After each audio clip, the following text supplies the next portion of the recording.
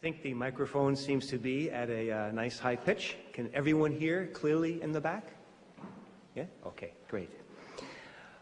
I would like to introduce myself to you. I am Father Giulio Giulietti, and I am the director of the Center for Ignatian Spirituality here at Boston College.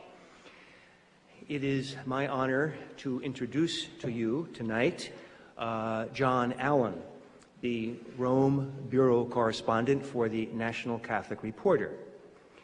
I'd like to do this little presentation about John to you in two ways. I'd like to say something, first of all, about the National Catholic Reporter, and then something about John.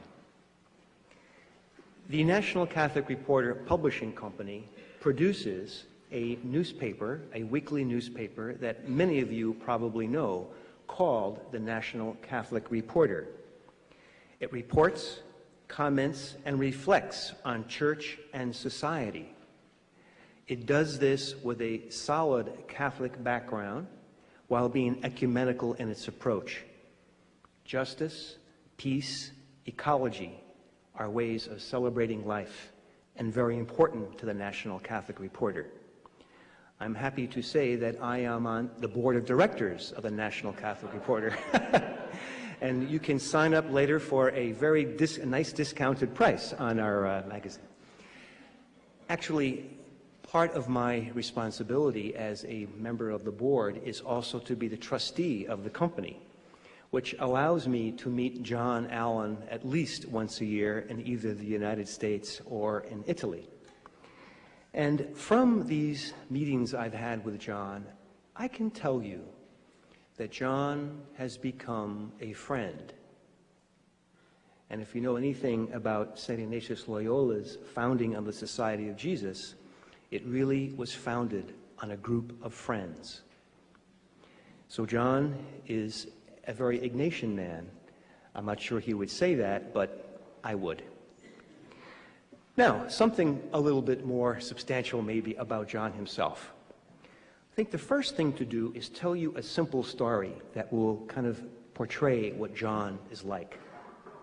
For this story, I have to return to the 1919-1920 for the life of Henry Ford, the great automobile magnate.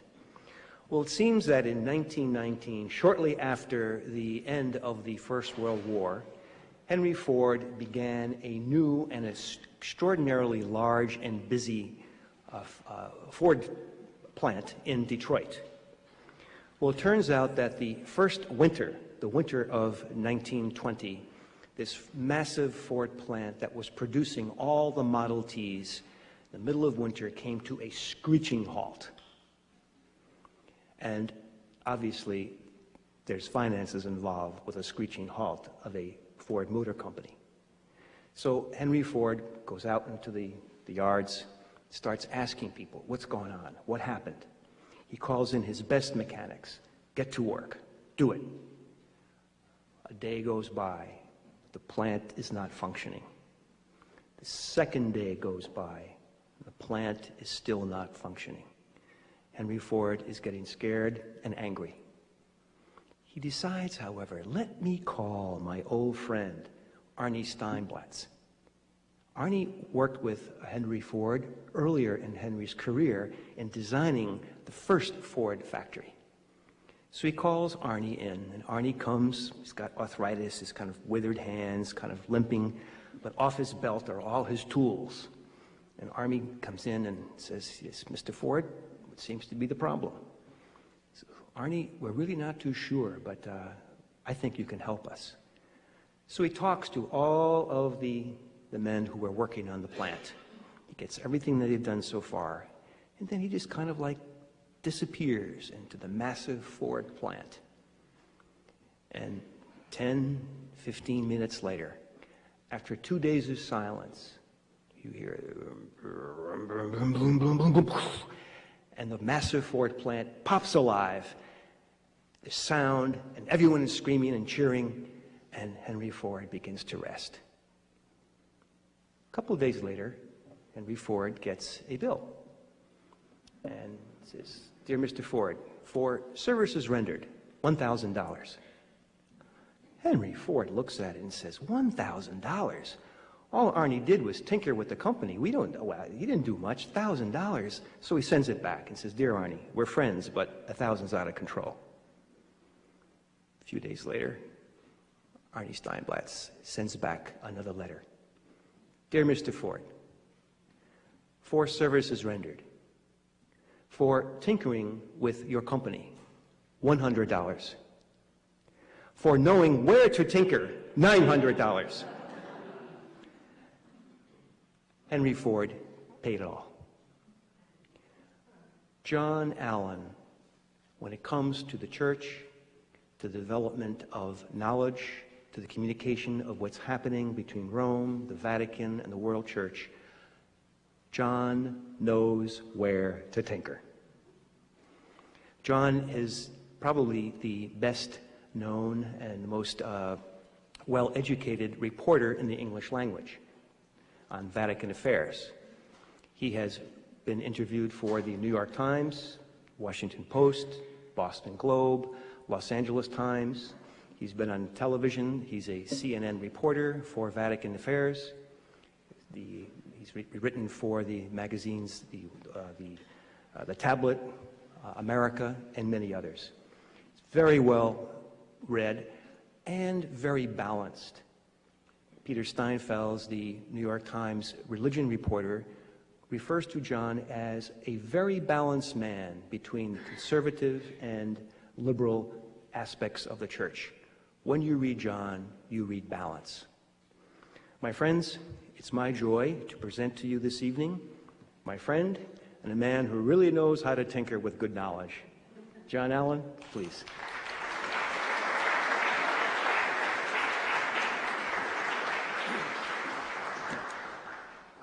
Thank you, Father Julian. With a name like Giulietti, I know you will understand me when I say to you, grazie infinite e molto ben detto. Been compared to a lot of people in my life, but Arnie Steinblatz never. That's a new one. It is a delight to be here tonight. I am especially awed by the turnout, given the fact that the alternative was staying home and watching the Red Sox. So thank you all very much. I assume they're still up, by the way. I don't know if we have an update. By way of introduction tonight, maybe I can tell you just a little bit more about what I do, perhaps to describe the particular perspective I bring to the topic that was assigned to me, which is how Rome sees the American church. I am what the Italians call a Vaticanista, which means that my full-time professional work is tracking the goings-on in this 108-acre island of ecclesiastical life in the heart of Rome that we call the Vatican. Now, concretely, what that means is 6, 7, 8 times a year, I have the opportunity to go up to the 4th floor of the Apostolic Palace, which is the building in which the Pope lives and works, and watch him receive some visiting dignitary, usually a head of state. So I've been there each of the 3 times that President Bush visited the Holy Father, for example, was there for the visit of Secretary of State Powell, Vice President Cheney. By the way, I don't always take just the A-list assignments. I've also been there for the visits of the prime ministers of Singapore, Hungary, and Romania. There's much less demand to get into those pools, so I always sign up for them. And this is important, obviously, because the visits themselves make news, but also it's an opportunity for up-close and personal contact with the Pope. The Pope, of course, does not give interviews, does not have press conferences. And these days, because of his physical condition, access to him is quite strictly limited. So it's an opportunity, if you like, to sort of take the temperature of the Holy Father, which for a journalist whose work is tracking the papacy, that's important. In addition, almost every day I'm in Rome, some bit of business would take me in and out of some office of the Vatican. I also spend an extraordinary amount of time taking Vatican officials and other people in the church to lunch and dinner. It's amazing how much business in Rome gets done over meals. And let me tell you, folks, that's one of the great blessings of this job. There is a saying that 75% of the restaurants in Rome are great and the rest are spectacular. And that about describes my experience. In addition, my life is composed of a seemingly endless series of congresses and plenary assemblies and symposia and book presentations and embassy parties and all of the venues that sometimes are interesting in and of themselves, many times are not, but in all cases they give you the opportunity to form the personal contacts that are the lifeblood of covering a beat like this. And in addition to that, I move when the Pope moves. I fly on the papal plane as part of the Vatican press corps when the Holy Father travels. So in the 5 years or so I've been doing this work, I've been with the Holy Father to about 25 countries, including places like Greece, Syria, Malta, Kazakhstan, Armenia, Azerbaijan, Bulgaria, Croatia, Bosnia-Herzegovina, Slovakia, you know, all the standard tourist paradises. My wife always asks me, why couldn't you be covering the Pope when he was still going to the Bahamas? But you know, you play the hand you're dealt. And all of this gives me the opportunity to develop an up-close and personal knowledge, understanding, and appreciation for the Vatican, the Holy Father, and the Universal Church. And then my work is to try to translate what I discover into a language that will make sense for an Anglo-Saxon and primarily American audience. And I'm here to tell you this isn't always easy. Because these two worlds, if you like, the cultural world of the Holy See and the cultural world of Main Street USA, speak very different languages and take their impressions of the world from very different points of departure. If I wanted to be flip about it, I could say something like, America is from Mars and the Vatican from Venus. And there's a great deal of truth in that observation. We'll talk more about that in a moment. But I hope that's the perspective that I can bring to you here tonight. Now, as I say, I want to talk about how Rome sees the American church, but before I do that, I'd like to lay out 4 premises for this discussion. In other words, 4 sort of basic points of departure for our reflection here tonight. The first is I'm going to be talking about how the Vatican sees America. And when I do so, you should understand that this is a kind of interesting point of departure for conversation, but at a literal level, to talk about what the Vatican thinks of anything is almost meaningless. Because the Vatican is not an organism that has a unified intellect and will. It is a complex bureaucracy. And what that means is there are many different visions, many different points of view, many different hopes and dreams and temperaments inside of it. Let me tell you a little story to illustrate the point. I mentioned that I travel with the Holy Father. Now, you probably know that when the Pope travels, he does so in a dual capacity. He is both a head of state, because the Holy See is recognized under international law as a sovereign state. It has diplomatic relations with 172 nations and international organizations. And he also travels, obviously, as the head of the Catholic Church. So when he arrives in a foreign country, he is typically greeted twice. Once in a kind of formal setting in his diplomatic capacity by the President or Prime Minister, and then usually in a much less formal way by the head of the local church, so the president of the Bishops' Conference or a primate if the country traditionally has a primate. In some cases, it's the papal nuncio, that is the ambassador to that country who welcomes him. As I say, these second greetings usually are very intimate, informal, short and sweet affairs. You know, Holy Father, may your trip be filled with 1,000 blessings, that kind of thing. But on one recent trip, and I'm going to leave the details vague purposely to protect the innocent, the Holy Father was welcomed by a nuncio, who was a kindly old Italian Monsignore, an salt-of-the-earth guy. I mean, I have no doubt he will take the express lane to his reward when the time comes. But he has a reputation, and I have to say it's a well-deserved reputation, as something of a windbag. That is, he has this marvelous Italian rhetorical capacity to go on and on and on and on. And the miracle of it all is that he's not saying anything. You know, it's like they said of John the 23rd. The story is told that at one stage, one of John the 23rd's aides came to him and said, Holy Father, you know, your predecessor didn't talk very much. You talk a great deal. And the Pope said, well, you know, it's true. I talk a lot, but I don't say very much. Well, that is our Monsignore friend. In this particular day, he was in rare form. I actually clocked this greeting on my watch at 40 minutes. And bear in mind, ladies and gentlemen, this was a 24-hour trip. We actually thought the Pope would be back in Rome before this guy was done welcoming him to his country. And I happened to be in the press pool on this occasion, so I was seated at the end of one row of seats, and across the aisle from me was the Vatican Entourage. These are the cardinals and other senior Vatican officials who travel with the Pope. So I was seated quite next to a cardinal who is a man I know. I've interviewed him several times. And I could tell that he was getting increasingly frustrated as this oration rolled on. I mean, you can tell these things, right? Because the breathing becomes labored, and, you know, the eyes were rolling in the back of the head, and veins were throbbing on his forehead. I actually thought he was going to pop. So at one stage, I felt it was my Christian duty to give him an opportunity to vent. So I leaned into him and I said, "Cardinal, what do you think?" Well, there was this kind of nanosecond of hesitation where you could tell he was calculating. Am I going to say it? Am I not going to say it? But it was clear he needed to get this off his chest. So looking up at our Monsignore friend, who was going on and on and on and saying nothing, the Cardinal leaned into me, and in this sotto voce voice, he said to me, "You realize that some Italian village is missing its idiot." Now, in addition to being a once-in-a-career kind of punchline, the story makes an important point, that only seen from afar could the Vatican look like a Stepford Wives kind of environment in which everyone dresses alike and acts alike and thinks alike. Once you see it on an up-close and personal basis, what reveals itself to you is the complexity and the diversity of the place. Obviously, officials in the Holy See are united by their commitment to the doctrinal teachings and the Catechism of the Church and their participation in the ministry of the successor of Peter. But there are multiple ways to understand, realize, and apply those commitments. And so there is actually tremendous diversity inside the institution. So when you hear me talking about what the Vatican thinks or what the Vatican is feeling about something, bear in mind that this is a tremendous overgeneralization. And for every one of these observations, I could identify several officials in the Holy See who would not recognize themselves in these descriptions.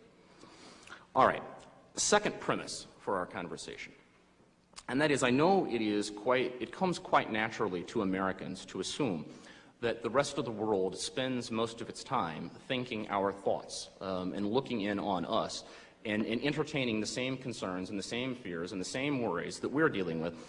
The truth is, ladies and gentlemen, and I don't mean to be an iconoclast, that just isn't reality. Here's a statistic that I find helpful to bear in mind as we think about these things. American Catholics, 65 million of us, represent 6% of the global Catholic population. There are 1.1 billion Catholics in the world. We are 6% of that total. Another way of putting the point is that 94% of the Roman Catholics in the world are not American, which means, among other things, that American issues simply are not what officials in the Vatican are thinking about when they get out of bed in the morning and go to bed at night. They have a much bigger, broader, more complex universal church to try to think about. I give you one anecdote that kind of, I think, illustrates the complexity. I remember in September 2001, when the Vatican document Dominus Jesus was issued. This was the document on religious pluralism that created some headlines in the United States because it reaffirmed what Cardinal Ratzinger called the ontological superiority of Roman Catholicism vis-a-vis other world religions. And some saw this as intolerant, et cetera, et cetera. I went to a conference of seminary rectors in Rome immediately after this was issued. And there was a session on Dominus Jesus that was being led by a German Jesuit, some of you may know, Hans Waldenfels, a leading international expert on religious pluralism. And Waldenfels was guiding these rectors through a discussion of Dominus Jesus. And when it came time for discussion, I remember that a rector from Bangalore in India stood up and said, this document is a disaster because it has destroyed our dialogue with the Hindus. I mean, they don't understand what they perceive to be the intolerant thrust of the document. He sat down. Another rector from St. Petersburg in Russia popped up and said, no, this document has saved our dialogue with the Russian Orthodox because they have an even higher Christology than we do, and this is the first Vatican document in 40 years they could get excited about. Now, the point is, it is the exact same document, the exact same content, but filtered through two different cultural experiences. It produces two entirely different reactions. So I guess the point I'm trying to make is that officials in the Holy See have to think not just how is something going to play in Peoria, but how is it going to play in Peking, and how is it going to play in Peru, and all of those other points of the compass. It is a maddeningly complex, difficult business trying to govern the universal church. And inevitably, 98% of their attention cannot be devoted to American issues. So while I will describe to you what I think is a kind of consensus view of the American church and of the United States within the Vatican, again, bear in mind, it's not like this is what people walk around thinking about all the time. Third, I think it is important to acknowledge and to appreciate that there is a very serious cultural gap between kind of mainstream American culture and the cultural world of the Holy See. Now, we could talk about this a great deal, and if you want to push me on it in question time, I'd be glad to say some more about it. But let me just give you one slice or one insight into this cultural gap. I think it is revealing. Here's an illustration of the point. There is a very different sense of time in Italian culture generally, and in the culture of the Holy See specifically, with respect to kind of how Americans approach things. And the kind of handy-dandy flip kind of way I try to express this is that in many ways the Holy See, well, I put it this way, in many ways America is a microwave culture, whereas the Holy See is a crock-pot culture. Now, let me try to unpack that. When we are hungry, we want food and we want it now. When we have a problem in front of us, we want it solved and we want it solved now. We want immediate action. And anything that is not immediate action smacks to us of delay and of denial. In the Holy See, the working assumption often is that the right response to a problem is not to immediately jump into action, but to spend some time thinking your way through it. This is the crock-pot model, that you let something simmer for a very long period of time, and the idea is that at the end of that process, the food is going to taste better. And therefore, it is often the case that when a problem arises in the life of the church, the immediate American instinct will be to do something about it. We want a response. We want a statement. We want a new policy. We want a plan. We want a program. And if you're not giving it to us, it's because you're in denial about the problem. Whereas looked at from the point of view of the Holy See, that often is a rather immature kind of response to a crisis, because most crises throw up difficult problems that aren't always amenable to immediate response. And so from their point of view, delay before responding to something isn't about simply hoping it will go away. It's about giving oneself the time to think through the issues carefully before stepping into action whose consequences you may not be able to anticipate. Now, I'm not suggesting that one response is right and the other wrong. I'm simply suggesting that they tend to give rise to very different instincts when problems come down the pike. And I think often, if we don't appreciate that cultural perspective, we will misread action, or in this case, inaction, from the Holy See. I think this has obvious immediate applications to our thinking about the way the Vatican responded or didn't respond to the American sex abuse crisis. You'll remember that from January 6, 2002, when the first stories began appearing in the Boston Globe, to March 25th of 2002, there was no statement whatsoever from the Vatican on the crisis. And as that period of time drug on, I think many Americans concluded that the Vatican simply didn't get it. That is, they either weren't paying attention or were in denial about the depth of the American crisis, whereas most Vatican officials would say, this is a very complex problem, and we're simply not ready to say anything. It's not that they weren't paying attention, not that they weren't following the stories, not that they weren't being briefed. They simply wanted to give themselves some time before stepping into the debate. Now, whether that was right or wrong or helpful or not, I would leave in someone else's hands to judge, but I think it's important to understand the point of departure. All right, third premise for tonight's discussion. Despite the Catholic Church's image of being a rigidly centralized and ultra-hierarchical organization, the truth is that the Church is actually one of the most decentralized institutions on the face of the earth. 99% of the decisions that matter in the Catholic Church are not made in Rome. And I mention this simply by way of saying that while it's important to understand how Rome views the United States, don't be misled into thinking that therefore everything that happens in the United States is caused in some sense by Rome. I know that there is this tendency that whenever a bishop says something controversial, the immediate tendency is to try to figure out who in Rome is pulling his strings. The truth is that the people in Rome probably heard about it later than you did in terms of what's actually happened. By way of illustrating this, you may have heard of the name of Peter Drucker, a famous management consultant, business guru. Drucker did a study in the 80s about international organizations, and he concluded that the three most efficient organizations in the history of the planet were General Motors, the Prussian Army, and the Catholic Church. And the reason he included the Catholic Church on the list is because it manages somehow to hold a worldwide organization together with an exceptionally small central headquarters. You may know, as I said earlier, there are 1.1 billion Catholics in the world. There are about 1,700 people who work in the Roman Curia. Now, as Drucker pointed out, if you were to apply the ratio of workers at the central government to citizens to the United States that the Catholic Church works out of, there would be exactly 500 employees of the federal government, as opposed to the roughly the 500,000 that are currently on the federal payroll. So my point here is that even if Rome wanted to try to decide what St. Anne's Parish in Boise is going to spend this week on paper clips, they simply would not have the infrastructure, the resources, the staff, and the wherewithal to do it. All right, fourth and final premise for our discussion. And this one is really more attitudinal than it is content. I am a big fan of what a friend of mine in Rome likes to call the hermeneutics of charity. And that is to say that, generally speaking, in trying to understand why someone does or says anything, it is not helpful for your point of departure to be imputing ill will to that party and then using that as the basis for crafting your evaluation. I don't think we get anywhere by starting our thinking about the Holy See or any other institution by assuming that the people within it work entirely out of craven careerist motives. I think it's far better, more helpful, and usually more accurate to try to be sympathetic and charitable in our reading of where people are coming from. Now, I know that this runs contrary to instincts that people will often have about, particularly when it comes to Rome and the Vatican. And believe me, folks, I'm aware of all the cliches. I mean, you know what the Italians say about Rome, that Rome is such a spiritual city because so many people have lost their faith in it. You know, there is also that famous saying of Bismarck that the laws are like sausages. It's best not to know too much about where they come from.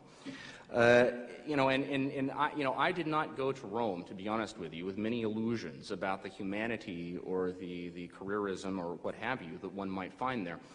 But I will tell you out of my own personal experience, what has struck me repeatedly about coming to know officials in the Vatican on a personal basis is not so much that there's often very human sorts of power politics and careerist maneuvers and so forth. I mean, I think you find that in any institution.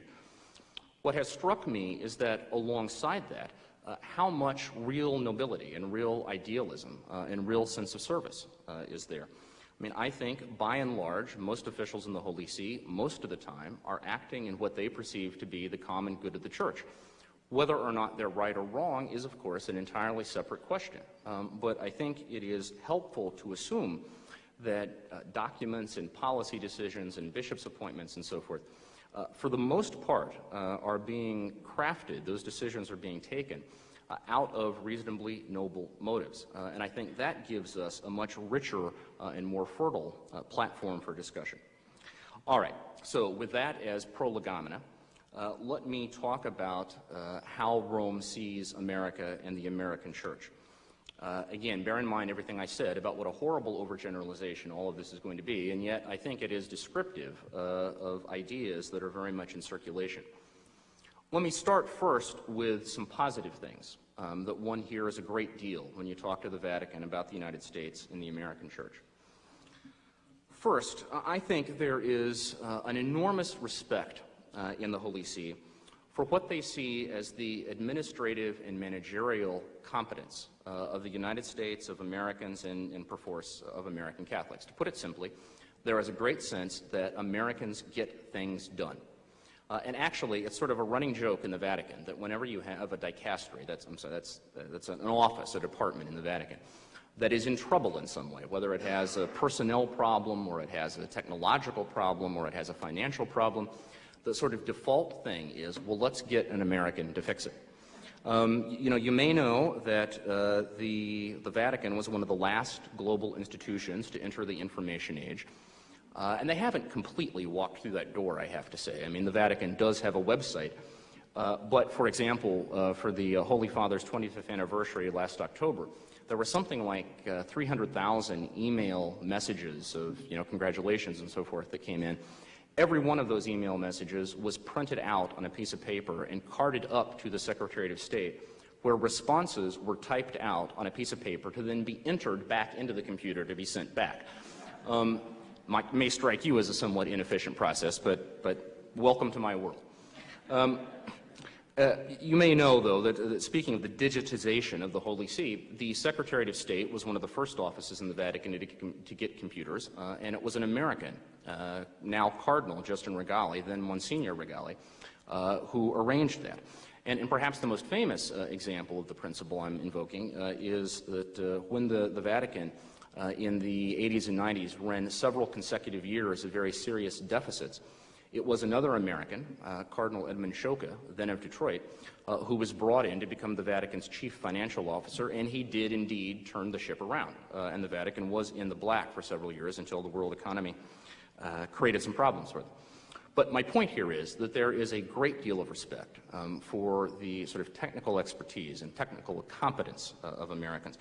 And actually, I think in some ways this respect almost is exaggerated at times. I think that, for example, this was one of the problems with getting the Vatican to understand the depth and seriousness of the American sex abuse crisis. I heard officials in the Holy See over and over again say, I can't believe this is happening in the United States. They simply could not believe that American bishops could let the train get so badly off the tracks. I mean, had this been happening in Bangladesh or in Uruguay, I think it would have been very easy for them to understand what was going on, and it probably would have been, the response probably would have been much more quick.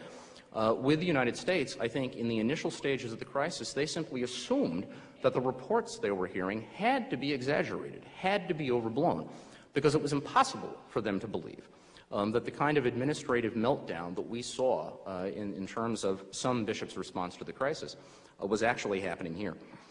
But for better or for worse, I think that's the assumption. Second, I think there is great respect in the Holy See for what they would regard as the vitality and the dynamism of American Catholicism, and especially of American parish life. Bear in mind that some 50% of the College of Cardinals are still European. The Holy See is a European institution at the end of the day, so their frame of reference is very much European Catholicism.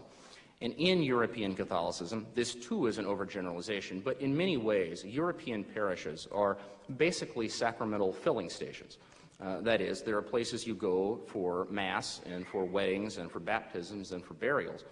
But they really do not have a concept of parish ministry as it's been developed in the United States. It is very rare to find parishes with youth groups or young adult ministries or soup kitchens or Bible study groups and RCIA programs, all of the activities that are second nature to American Catholics.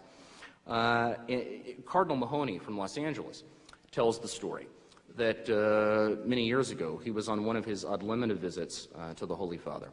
And he asked John Paul, why have you been so supportive of the new movements? You know, these groups like the Focolarini and Schoenstatt and the Neo-Catechumenate and Opus Dei and so forth. And the Pope told Mahoney, well, you know, the problem is that in Europe and in many parts of the world, the parishes simply are not doing evangelization. They're not doing youth ministry. They're not evangelizing young adults. The movements are able to fill that gap. He said, in America, it is not the same thing. And the Holy Father went on to say to Mahoney that he was actually convinced that the only country in the world that had fully realized the vision of the Second Vatican Council for the revitalization of parish life was the United States. And I think that attitude describes a conviction that is quite common in the world of the Holy See. Third, I think there is great respect in the Holy See for what they would see as the enduring religiosity of American culture. I mean, the fact that in public conversation in the United States, you can still mention the word God without getting your head chopped off. And in fact, it is actually obligatory in some ways in political discourse in the United States to invoke the name of God. In Europe, obviously, it is not the same reality. The Europeans just went through a wrenching debate over the new constitution for the European Union, in which, at the end of the day, they were incapable of invoking the name of God or acknowledging Christianity as one of the roots of European culture. I mean, you may know that at one stage in the debate, the Constitution actually acknowledged the Greco-Roman period and the Enlightenment as sources of European culture, but not Christianity. I mean, from a historical point of view, this is absurd. I mean, if any undergraduate at Boston College were to write a paper about what forces shaped European culture, and neglected to mention there was such a thing as the Christian Church, I dare say that that paper would not get an especially high mark. But what that reflects, of course, is the deep current of anti-clericalism in European culture that, of course, you can explain in many ways, but has produced a climate in which religious references and also religious practice, in many ways, are quite weak. If you want one current application of that, there's a story going on in Europe today about a member of the Italian government by the name of Rocco Buttiglione. Buttiglione is a good friend of John Paul II. He's a philosopher, and he's also a minister in Prime Minister Silvio Berlusconi's center-right government. The new commissioner of the European Union has nominated Buttiglione as a European commissioner, and several other European governments have, in effect, blackballed him. Now, what was Buttiglione's great sin? Well, to be quite honest, that he's Catholic. Buttiglione has said quite publicly that he supports the Church's teaching on gay marriage, and he supports the Church's teaching on abortion, and that in and of itself has been sufficient in the eyes of many European governments to render him ineligible to be a responsible official in the European Communion. There was a wonderful interview in one of the Italian papers yesterday in which an Italian journalist by the name of Vittorio Missori was reflecting on this debate over Buttiglione, and he said, the truth is, in today's world, there are only three classes of people you can discriminate against without any consequences whatsoever: hunters, smokers, and Catholics. Now, I myself am both a smoker and a Catholic, and in addition to that, I'm a journalist. You can imagine where I rank on the index of social esteem. But I think there is some truth to that, and I think that, therefore, when many officials in the Vatican would look at American culture, look at the underlying religiosity, the continuing high levels of religious belief and religious practice in the United States, they would admire that a great deal. Fourth, I think in the Holy See there is a great deal of appreciation for what they would see as the basic good-heartedness of Americans, the generosity of spirit of Americans. I was having a conversation the other day with Archbishop Giovanni Leone, who is the Vatican's foreign minister. He's sort of the Colin Powell, if you like, of the Vatican. And Leone had recently had a session with all of the ambassadors to the Vatican from Latin America. And these ambassadors had wanted to brief him on what they saw as a rising tide of anti-American opinion in their countries related to the Iraq War and everything else that's quite well known to us about how America is seen in the world.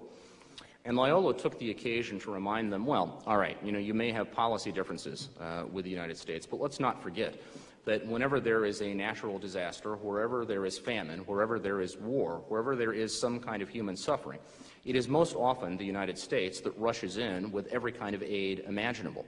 And let's not leave that out of the picture in terms of our evaluation in the United States. And obviously, it also has to be said, the Holy See is quite conscious of the financial generosity of American Catholics when it comes to the Holy See itself. Contrary to popular impression, folks, the Vatican is not rich. I mean, I know there is this mythology that they're kind of all sitting on bags of loot over there and, living these lives of exaggerated privilege. But the truth is, the Holy See is actually a very Spartan operation. Its annual operating budget is about $277 million. Now, I know it's not pocket change, but by way of comparison, the University of Notre Dame's annual operating budget is $560 million. In other words, it could run the Holy See twice in any given year and still afford new uniforms for the football team. The Holy See's endowment, they call it patrimony, but it's the same thing. The resources they set aside that are non-operational is about $770 million. University of Notre Dame, $1.3 billion. Give you some sense of size and scope. Now, I know you're all thinking, all right, but what about all the art? All of those priceless treasures that are over there, the Pietà and, the frescoes by Raphael. Well, all of that stuff is obviously priceless, but it's priceless at a literal level. All of those things are listed on the Vatican books at a value of €1. And the reason is because according to the statutes of the Vatican city-state, that stuff can never be sold and it can never be borrowed against. It's not revenue producing. Now, of course, it is true that the Vatican museums make tens of millions of euros every year from selling tickets to let people come see this stuff. It is also true, however, they spend tens of millions of euros every year keeping that stuff up, maintenance, restoration, and care, because that requires a very specialized kind of expertise that doesn't come cheap. So my point is that the Vatican is not sitting on all kinds of bags of money. Now, therefore, the Vatican is obviously in need of financial support from the Catholic world. And it's true that every year Americans come through in a big way in terms of providing that support. Americans are responsible for about 25% usually of the Vatican's annual operating budget. Every year the Americans and the Germans are tied in terms of who's going to be number one and who's going to be number two.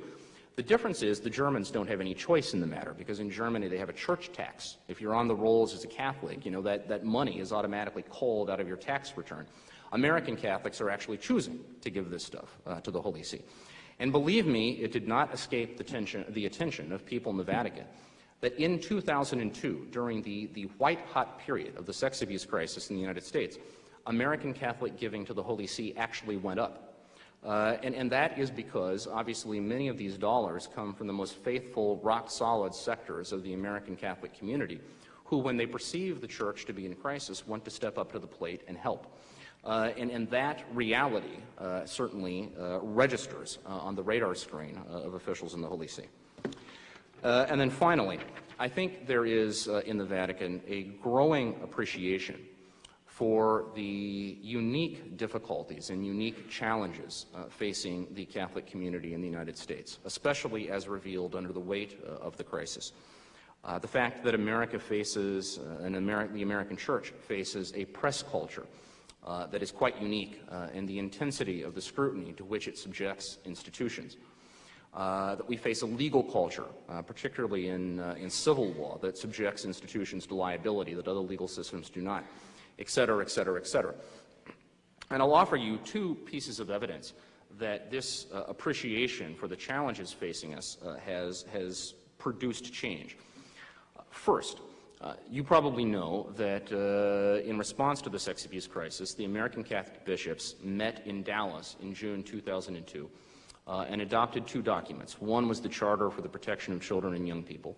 The other was a set of canonical norms for handling accusations against priests of sexual abuse.